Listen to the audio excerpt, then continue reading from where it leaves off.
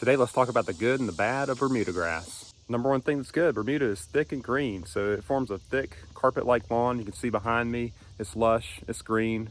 Everything a homeowner could want in a lawn, has really vigorous growth, and what's not to like about that? All right, number two good quality about Bermuda grass is that it's heat and drought resistant. Being a warm season grass, Bermuda thrives during the warmer months of the season, May through August here in my area, and it's really resistant to heat and drought. In fact, it actually loves the warmer temps. That's when its peak growth happens. So heat and drought resistance is a really good quality of Bermuda grass. All right, the third good quality is self-repair. So a lot of lawns you have to go out and seed and put sod down to fix bare spots and things like that after you spray out weeds, but Bermuda will repair itself. Does that sound too good to be true? No, it's not. It actually does. Bermuda spreads over ground through stolons and underground. It has rhizomes, so it's a complete self-repairing package. In fact, Bermuda does such a good job repairing itself, it'll creep into everywhere. All right, the fourth good quality about Bermuda is that it can be mowed really low. Bermuda is a grass that can tolerate really low mowing heights. That's why it's preferred on athletic fields and golf courses. But if you're one of those homeowners that wants to get the real mower and mow it real low, Bermuda's a great grass for that kind of mowing style. On to the bad. Bermuda can be really invasive. If you've got a cool season lawn in the transition zone, you know just what I'm talking about.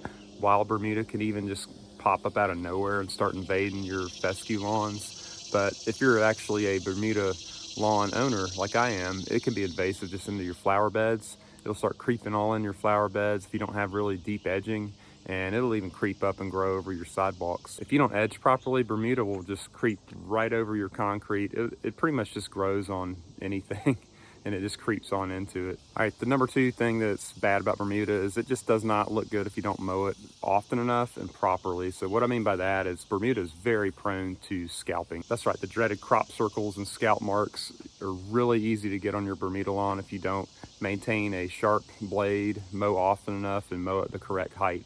You're gonna cut right down into that brown, ugly part because that's just the way Bermuda grows. Bermuda is so dense, the top part of the Bermuda grass is green and then the bottom part is brown. There's just no sunlight. That's how thick the canopy is. So if you start scalping and getting down into that, you're gonna have a really, really bad looking lawn. Third bad thing about Bermuda is it does not like shade. That's right.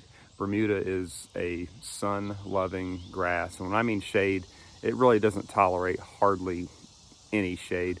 If you do have Bermuda in some shady areas like I do, it ends up getting really thin and just allows weeds to kind of invade in. So it's really not a great grass if you have a lot of shade. All right, the fourth and probably the worst quality about Bermuda is it goes brown and dormant in a lot of areas where we have Bermuda lawns, like where I live. It's 5 to 6 months out of the year. That's right, it just turns, it doesn't like cold. So in the winter, it just turns brown and looks dead. It's not, but it just goes completely dormant. Here in Northeast Georgia, my Bermuda lawn is going to go dormant from about November all the way through April, so 5 or 6 months of a brown lawn.